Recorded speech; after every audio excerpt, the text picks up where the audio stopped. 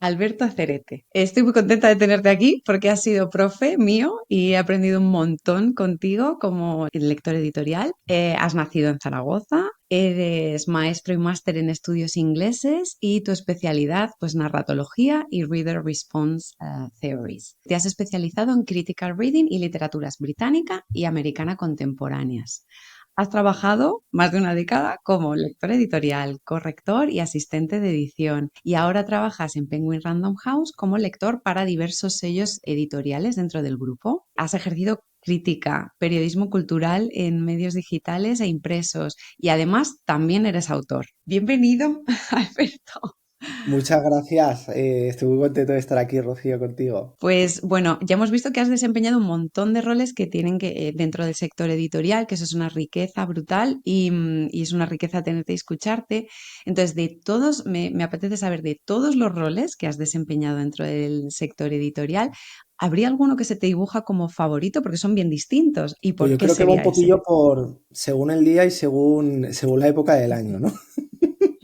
Vale. Hay veces que disfruto más la lectura, también depende mucho de las lecturas que me toque hacer, porque pues hay veces que encadenamos lecturas que nos gustan mucho, que disfrutamos mucho, y otras veces vienen épocas en las que encadenamos lecturas complicadas y que se nos atascan, ¿no? Porque es muy chulo y muy divertido, muy bonito que tu trabajo sea leer, pero uno lee lo que le proponen y lo lee para otros y entonces el trabajo es distinto, porque la lectura es distinta, es una lectura más activa, más pormenorizada que la que hacemos a lo mejor por placer y no viene de cosas que nosotros hayamos elegido.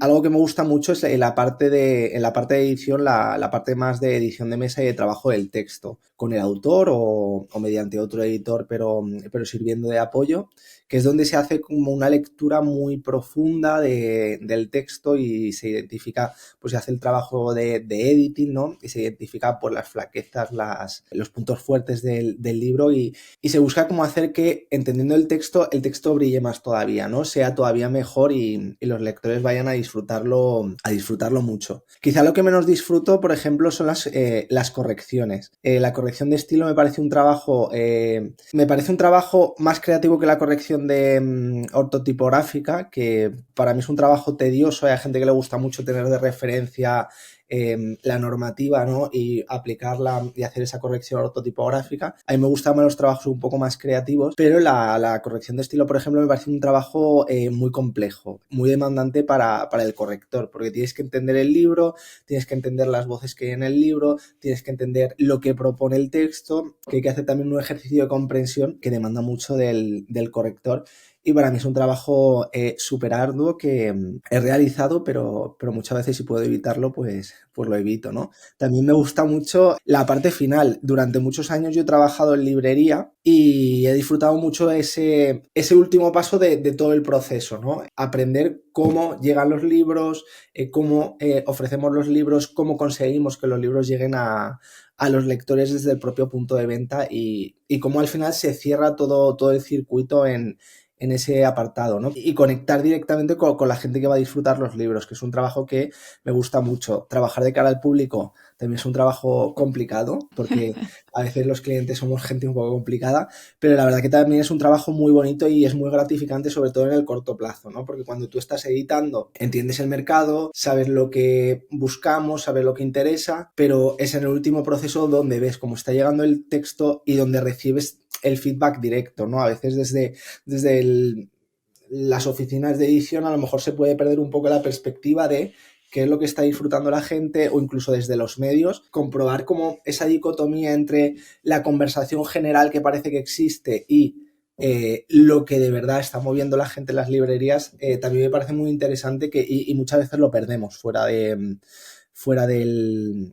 circuito de estar justo ahí entendiendo y hablando directamente con los lectores. O sea que disfruto muchas partes del proceso, pero depende un poquito del día. Qué roles tan distintos y qué interesante la parte también de librería, de tomarle el pulso a los lectores a través de las librerías y de tener un feedback directo de a quienes iba dirigido originalmente el libro, que es a los lectores, ¿no? Cuéntanos un poco, para quien no lo sepa, porque no se entiende del todo cuál es el rol, qué es un lector editorial. qué hace y dentro de los servicios editoriales que están por venir, qué figura ocupa, qué lugar ocupa y cómo se teje o cómo se relaciona con los demás roles. Es la figura que realiza una lectura a lo mejor un poco profunda del texto. Los manuscritos normalmente pues llegan por distintas vías, pueden llegar por agentes, pueden haberlos mandado de forma espontánea a los autores a la editorial.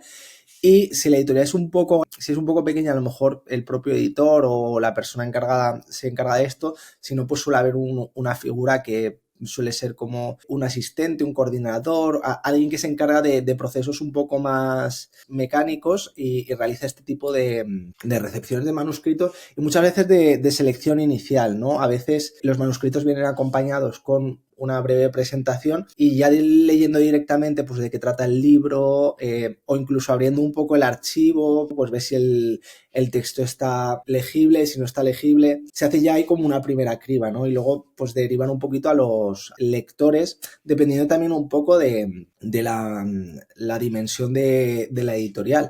En una editorial muy pequeña, pues esto igual el propio editor tiene que asumir un montón de roles de todo el proceso. En una editorial más grande, estos textos llegarían, se le propondría la lectura a la figura del lector editorial o el lector profesional. El lector principalmente lee y lo que hace al leer es tomar notas y emitir un informe. Necesita tener muy clara cuál es la visión de la editorial para la que está leyendo, cuál es el catálogo, cuál es la historia de publicación que ha tenido esa editorial y sobre todo el momento en el que está, ¿no? Porque las editoriales van cambiando con el tiempo. Esta claridad de saber dónde se está leyendo lo que va a guiar la lectura. Entonces no hacemos una lectura por placer, aunque a veces podamos disfrutar mucho del texto, sino que hacemos una lectura un poco más consciente. Lo que tenemos que remitir al editor es un informe de lectura.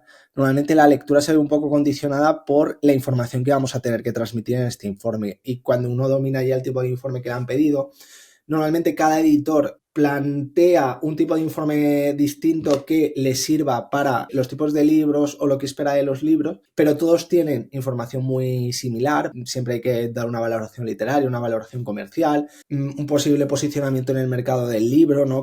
Cuál es el valor que tiene el libro al lado de otros, a qué se parece, a qué no. Si es una ficción, normalmente pues tenemos que aportar un resumen de trama detallado, haciendo spoilers para que el editor tenga claro cuál es el libro, por dónde va el libro y ya pueda decidir si lo lee, si no lo lee, si lo contrata, pero que sea información adicional, ¿no? Entonces la lectura del lector va a estar siempre condicionada por esto, ¿no? Entendiendo esto, ¿cuál es el tipo de lector al que se dirige la editorial por un lado, es decir, al que se dirige ese catálogo, y por otro lado, mientras está leyendo, el lector tiene que identificar a qué público se está dirigiendo ese libro. Si el libro tiene un público que es similar al público de la editorial, ese libro puede ser que tenga espacio en la editorial. Si el libro está muy bien, pero se dirige a un público totalmente distinto al que se dirige la editorial, por muy bien que esté, no va a tener espacio en esa editorial. Muchos de los rechazos que vienen de los textos no es por una cuestión de calidad, porque hay libros que están muy bien, sino por una cuestión de espacio, ¿no? Entonces el trabajo del lector editorial consiste en eso, en leer, tomar notas y en ofrecer un informe que pueda guiar al editor a tomar decisiones. La decisión puede ser leer o no leer el manuscrito. Los editores tienen muy claro qué es lo que están publicando, pero siempre les interesa conocer distintas visiones porque al final son visiones a las que se va a enfrentar el texto cuando llegue al mercado. Hay veces que si las decisiones son complicadas o van a implicar una apuesta económica importante, se pueden solicitar más de un informe de lectura para tener claro qué es lo que,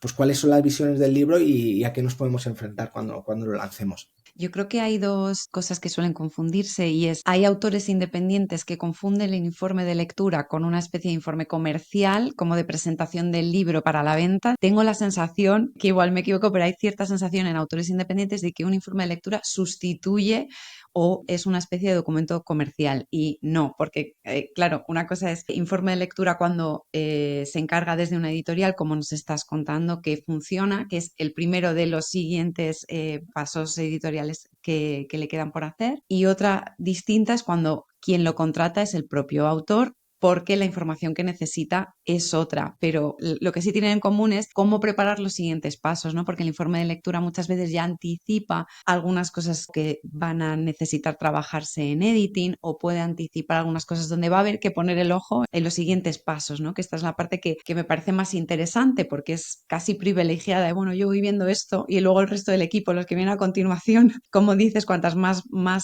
voces y más ojos hayan, más se enriquecen. En estos dos modelos de informe que hablas, la finalidad del informe, aunque creo que hay información que pueden compartir el informe para un particular, un informe de lectura, y para un editor, la perspectiva es distinta, ¿no? Porque para un particular, normalmente, cuando el particular lo encarga, aparte de entender su texto desde una forma externa, saber cómo se está leyendo su texto, lo que busca, como dices, es, pues a veces, detalles más concretos de editing que pueden no funcionar, y lo que busca es saber hacia dónde dirigir el texto, que es esta cosa como comercial. El informe de lectura que hacemos para un editor tiene también ese apartado de entender a dónde se dirige el texto y en qué parte del mercado puede tener sitio, pero lo leemos desde nos sirve a nosotros o no nos sirve a nosotros, ¿no? Entonces ahí radica un poco la diferencia que a lo mejor puede llevar a confusión, sobre todo porque los últimos años se ha puesto como muy de moda que autores a lo mejor más desconocidos o noveles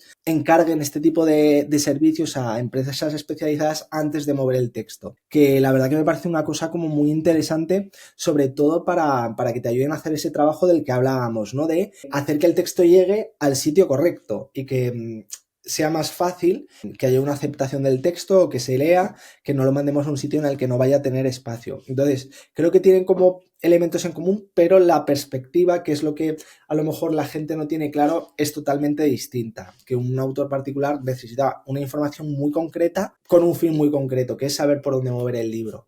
Y una editorial necesita saber si el libro tiene espacio en su catálogo para hacerlo llegar al mercado. Y puede ser que un texto que ha acabado siendo un éxito en otra editorial, en la nuestra no lo hubiese sido, por mucho que lo hubiésemos lanzado o por mucho que hubiésemos hecho mucho mejor el trabajo de marketizar el texto y hacerlo llegar al público. Esto es súper interesante porque tengo la sensación de que forma parte de uno de los principales desajustes cuando un autor se acerca a una editorial, es no hacerlo en el lugar en el que quizá tendría espacio o en el que quizá tiene más sintonía por tipo de texto, por temática, por estilo, por X. Entonces, es una de las preguntas que bueno, ya un poco nos anticipas, pero sí, del volumen de trabajo que representan los informes, ¿cuántos dirías que terminan fuera o siendo un informe no favorable para ser elegido por este motivo, por no ajustarse al sello editorial al que se dirige y no tanto por la calidad del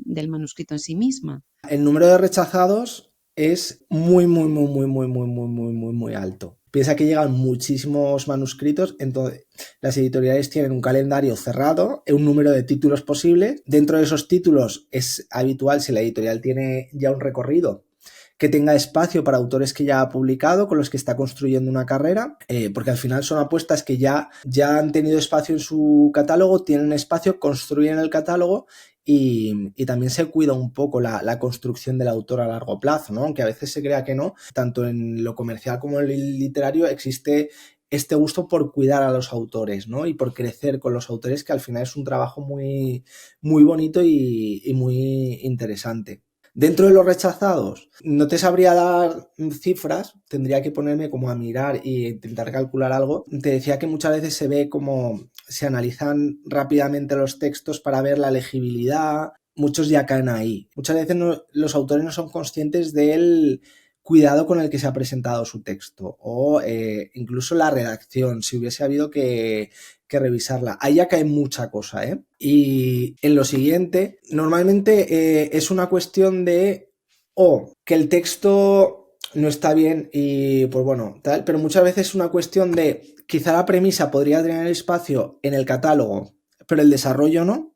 Cuando uno se pone a leerlo, descubre que, pues yo qué sé, la forma de desarrollar el texto, pues igual nosotros estamos publicando para un público amplio que busca historias emotivas con las que vivir, con las que emocionarse, y el texto podría ir por ahí, pero de repente pues se centra en otro tipo de cosas que no conectan con nuestro público, o la forma de desarrollar el texto, pues a lo mejor si queremos algo más de entretenimiento se hace más ardua, pesada, y entendemos que con un trabajo de editing va a ser muy dificultoso, muy laborioso como para contratar el texto. Luego cómo se ha construido, cómo se ha constituido el texto no funcione o no vaya a llegar a nuestros lectores, y muchas otras veces lo que ocurre es directamente que el texto no tiene espacio. O sea, yo estoy publicando a lo mejor thrillers y me llega una novela romántica. ¿Qué ocurre? Que estos textos hay veces que se leen y hay veces que si queda muy claro que no tienen, pues a veces también se rechaza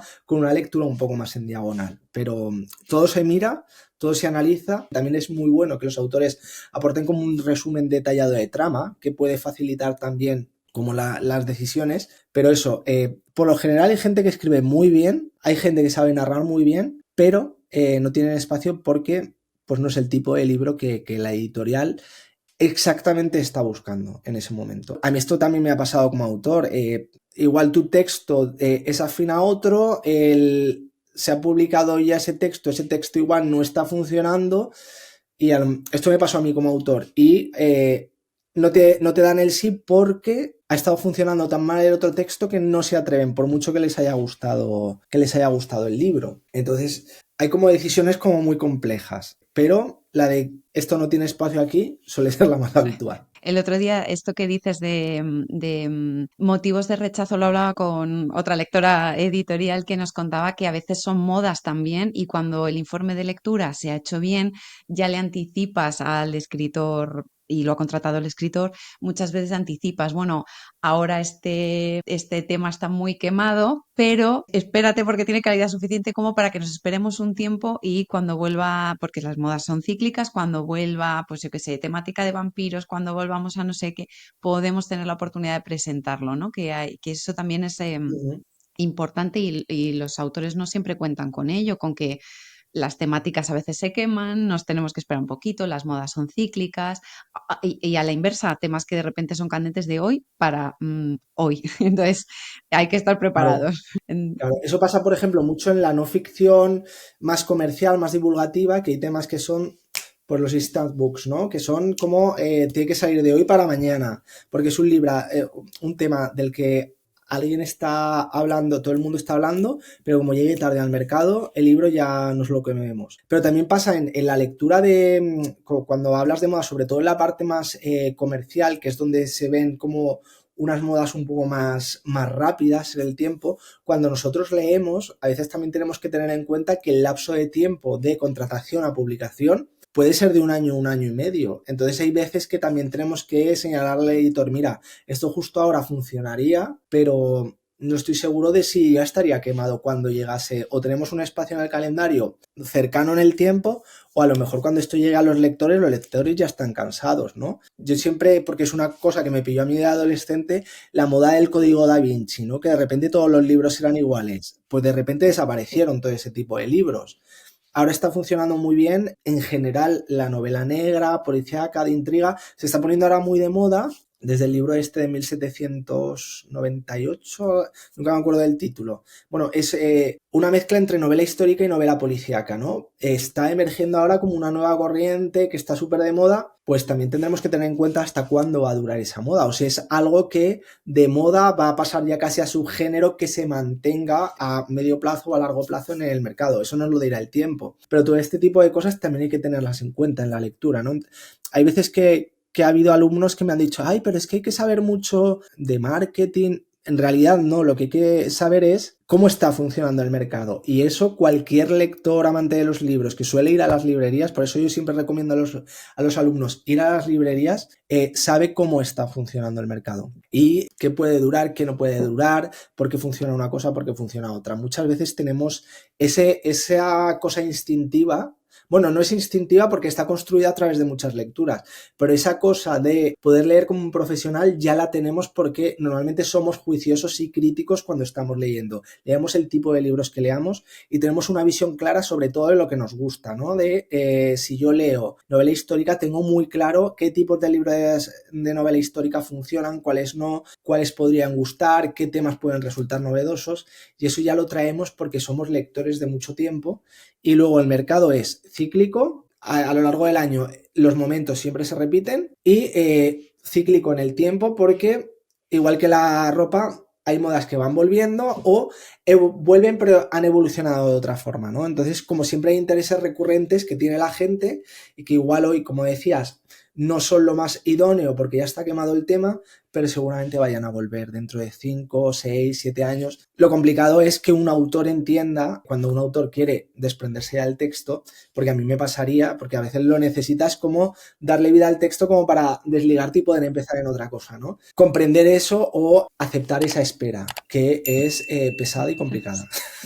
Esto también salía lo de aceptar la espera, porque sí, lo de los plazos es algo que me encanta que lo hayas mencionado, porque también hay una sensación de, bueno, yo ya he terminado el texto y entonces mañana estarán las librerías y se lo voy a mandar esta misma tarde a las editoriales y ya está.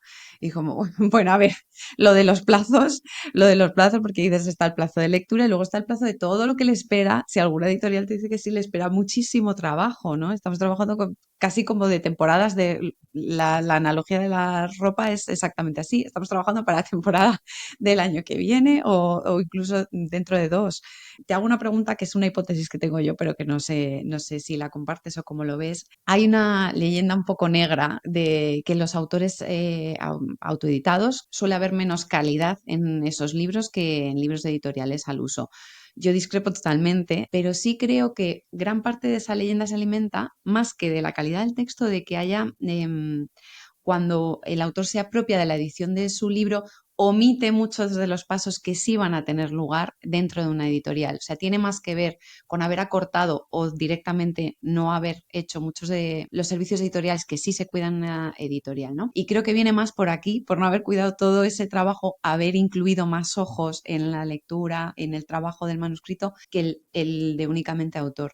No sé cómo lo ves tú, si crees que puede tener alguna relación. Yo estoy en tu línea de pensamiento. Creo que el sector editorial es un poco, en muchas ocasiones, resistente al cambio. Y cualquier tipo de cambio lo vemos de una forma negativa, sobre todo desde la parte como más literaria, más artística. No me gusta hablar de democratización, pero es como de acceso, ¿no? De facilidad del acceso a determinadas cuestiones la vemos con mucho recelo, con mucha negatividad. A mí la experiencia me dice que yo he leído cosas autoeditadas que están infinitamente mejor y a años luz, incluso de libros que han llegado de agencias que supuestamente han estado revisados por agentes o incluso de autores a los que supuestamente les tengo que creer como una carrera y un saber hacer que a lo mejor he visto mejor hecho en autores noveles o autores que llevan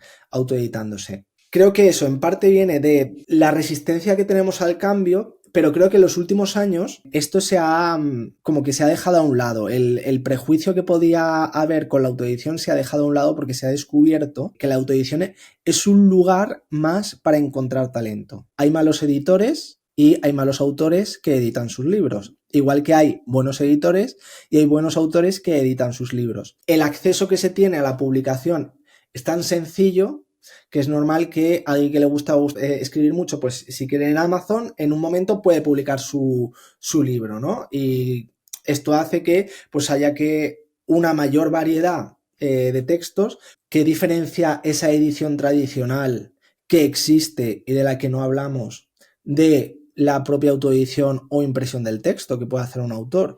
Pues no sé yo si se diferencia mucho de una edición en la que no se trabaja prácticamente el texto con el autor, por mucho que la lleve a cabo una editorial, que la vaya a maquetar, lo vaya a vender. No te estoy hablando de estas editoriales que piden el copago, cosas de estas, no, te hablo de editoriales que tienen a lo mejor un funcionamiento más tradicional. De esto todo el mundo sabe que existen y nadie habla. Hablamos mucho eso de las editoriales que te piden por publicar, tal cual, pero es que no todos los editores trabajan el texto con sus autores. Y esto ocurre en poesía, ocurre a veces en narrativa, ocurre a veces en ensayo. Pues igual siempre hay, o puede ser interesante que se dé una visión. También es interesante que los autores tengan en cuenta y aprendan que el trabajo de edición es un trabajo en equipo para hacer que el texto sea lo mejor posible, que el editor va a estar de su lado en hacer que el texto sea lo mejor posible, que no le va a hacer cambiar el texto porque no se vaya a vender y va a hacer que el texto sea otra cosa. Normalmente un buen editor va a respetar la decisión del autor, pero sí que se le va a proponer trabajar algo porque a lo mejor no esté funcionando. Pero eso, me parece como un tema que viene a veces desde la resistencia al cambio y muchas otras veces de obviar algunas cuestiones como que en la propia edición tradicional hay veces que el trabajo que le decimos a los autores que se autoeditan que tienen que hacer, pues no se hace tampoco o no se hace de forma adecuada. Bueno, te pregunto, ya esto es curiosidad pura y dura, Alberto, pero como has tenido las dos partes, ¿no? De como autor y también como editor, o sea, el que produce y el que va a convertirlo en un producto literario que tiene que salir al mercado, no sé si hay algún ejercicio cuando estás con el sombrero de autor que te tengas que traer desde tu parte de editor o de lector profesional. No sé si pues antes nos contabas las cosas que has experimentado con la publicación de tus propios libros o padecido con la publicación de tus propios libros por cómo funcionaba el mercado. No sé si ahí hay algún truquito que desde tu parte de lector o de editor, desde la otra parte, le recuerde al Alberto autor. Bueno, Alberto, vamos a hacerlo así, o bueno, Alberto, vamos a enfocarlo de esta manera. ¿Cómo se complementan esas dos partes? Si hay algún truquito que te... Pues mire, normalmente, sobre todo en el proceso de producción del texto, en la escritura, lo que tengo que hacer es lo contrario, es esforzarme en dejar al Alberto profesional que trabaja en los textos de otros fuera de mi proceso creativo. Vale. Y es algo que me cuesta mucho, pero me puede costar meses y meses.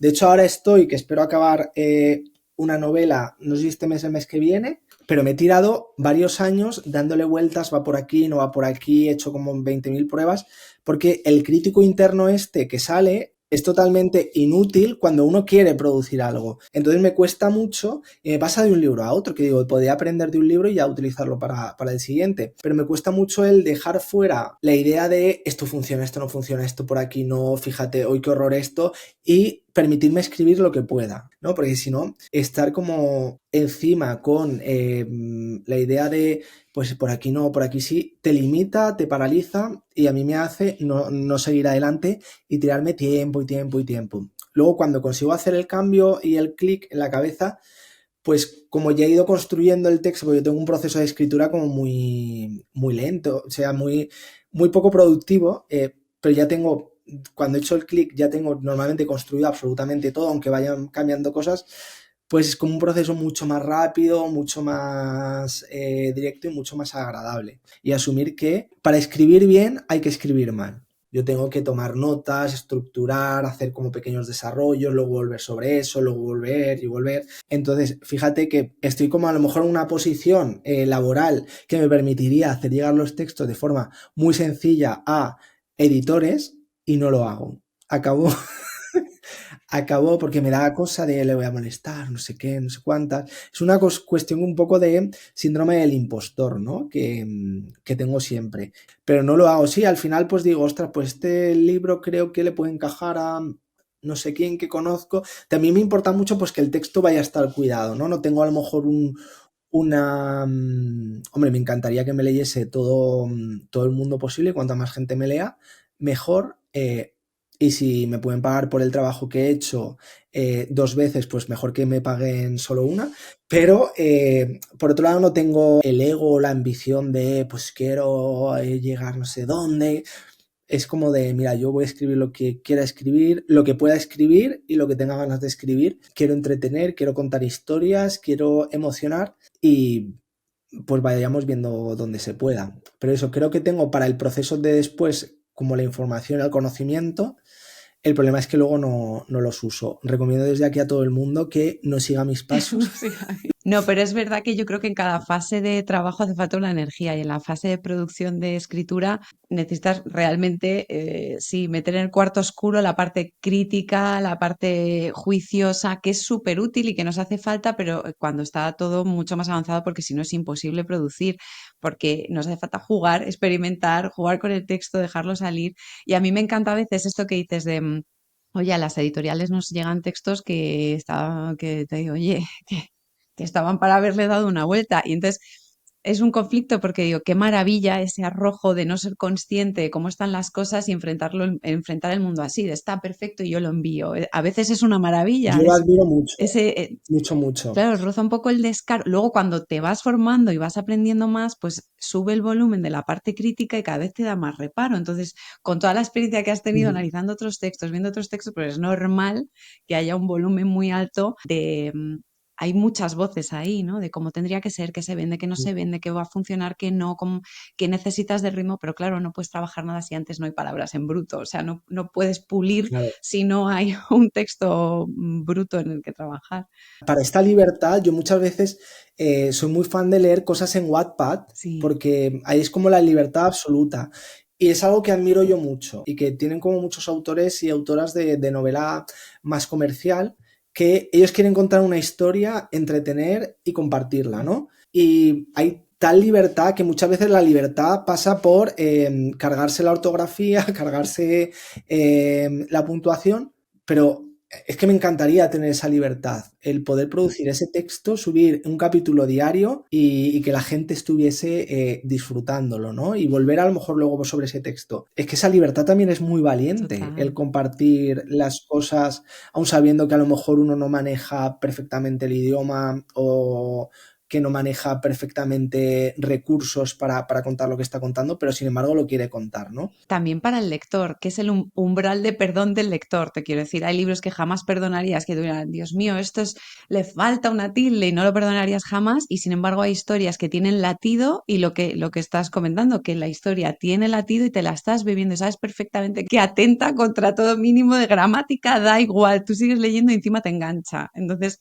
va en las dos direcciones, del Ujú. arrojo de la historia por contarla y yo creo que también del umbral del perdón del lector, de he sabido ver la historia, me la quiero leer con todo, incluso con esto me lo leo y se lo perdono y me da igual porque me gusta la historia. Luego, como autores, tenemos que también aprender a perdonarnos, ¿no? O sea, elevar ese umbral de perdón con nosotros mismos y permitirnos hacer cosas, que es algo muy complicado. Pero imagino que esto tiene que ver.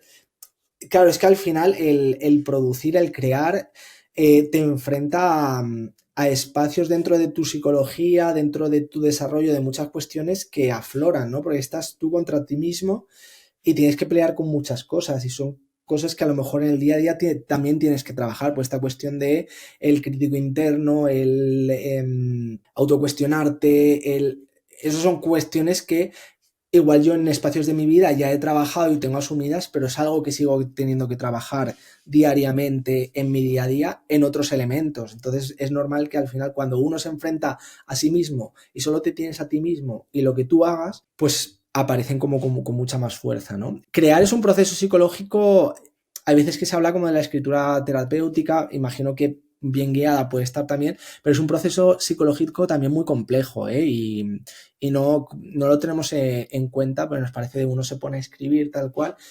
Igual quien tiene esta libertad de producir, pues mira qué chulo, pues fenomenal, pero en el momento que tengas ese crítico como un poquillo ahí levantado, te hace enfrentarte a veces a cosas contigo mismo que son un poco incómodas, pero hay que aprender de todo. Claro, claro. Jo, Alberto, pues para cerrar te hago dos preguntas que me encantan, que uno es un libro que te haya volado la peluca y una librería que nos recomiendes porque te encante. Un libro, pues mira, diría, por ejemplo, Tan poca vida, que de hecho lo leí yo como lector en su día. Yo nunca me imaginé que iba a ser, o sea, yo con que hubiese recuperado un poco la inversión que se hiciese en el libro me habría parecido ya un exitazo, ¿no? Yo no esperaba que fuese lo que se ha convertido, porque es un libro muy demandante, un libro totalmente excesivo, pero que está planteado para ser así, por temas, por extensión, por desarrollo, por todo. Fue una lectura, fue como una experiencia de vida, ¿no? Y de hecho lo he releído varias veces porque me acompaña siempre. Y cuando lo relees y ya has entendido la propuesta tan excesiva que es el libro, que es algo deliberado, lo asumes como desde otro punto y encuentras como muchos más matices y es un libro que para mí es muy, muy importante. Y me gustaría a lo mejor recomendar también otro libro que me está acompañando estos días, aparte de otros, es Pachinko, que es un libro que habla sobre coreanos viviendo como inmigrantes en Japón. Es como una saga familiar, me gustan mucho las sagas familiares que transcurren a lo largo de muchos años y es una novela que me gustó mucho, que creo que se va desdibujando un poco hacia el final, que es como más potente al principio y es una novela que con sus flaquezas me gusta mucho y me está acompañando ahora. Ay, qué También bien. pues puedo recomendar Libertad de Jonathan Franzen, que es como una de mis novelas favoritas, Estoy así apuntando todas. contemporáneas. Y y luego, librerías, pues mira, recomendaría sobre todo librerías que están centradas en cuestiones LGBT y en cuestiones como un poco de apoyar y construir espacios para cierta disidencia, ¿no? Que creo que siguen siendo muy necesarias. Pienso, por ejemplo, en Mary Read en Madrid. Creo que también es importante pensar en Bercana, que tiene una tradición ya inmensa, es algo como ya icónico de este país, ¿no? O pienso, por ejemplo, aquí yo vivo ahora mismo en Córdoba existe Hostin Macho, que es una tienda, librería, la parte de librería tiene un enfoque LGBT muy importante, está muy muy bien hecha la selección y me parecen como espacios muy muy muy interesantes. Y creo que es importante pensar que los libreros de las grandes cadenas también son libreros y también saben hacer su trabajo,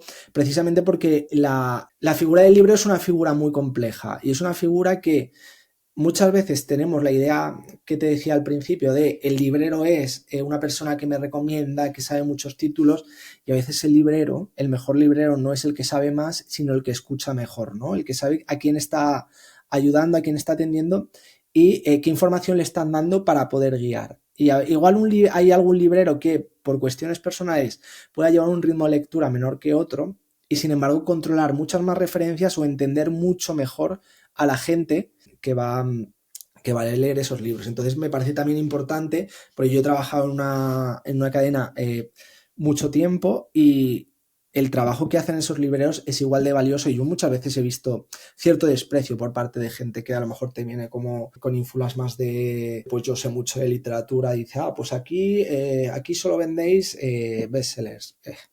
Bueno, punto uno, ¿qué problema hay? Punto dos, eso es mentira. Y punto tres, usted no conoce cuál es mi formación, cuál es mi recorrido y cuál es la profundidad o mis niveles de lectura. Además, el sector es una cosa muy amplia, muy rica, hay libros de muchos temas. Las librerías necesitan no solo gente de letras, porque es que hay libros Claro. de divulgación científica, hay libros de psicología, entonces necesitan muchos perfiles para atender y para cubrir las necesidades y los intereses de los lectores. Y esto muchas veces se nos olvida. Así que Qué eso, que chulo. recomiendo que vayamos desde los sitios grandes a los sitios pequeños y que cada uno gaste lo que pueda, donde pueda. Sobre todo que se disfrute también de la experiencia de ir a una librería, pasar el tiempo, ver los libros, que eso también es muy importante cuidarlo. Me encanta. Pues muchas gracias, Alberto. Muchas, muchas gracias. Muchas gracias a ti, Rocío.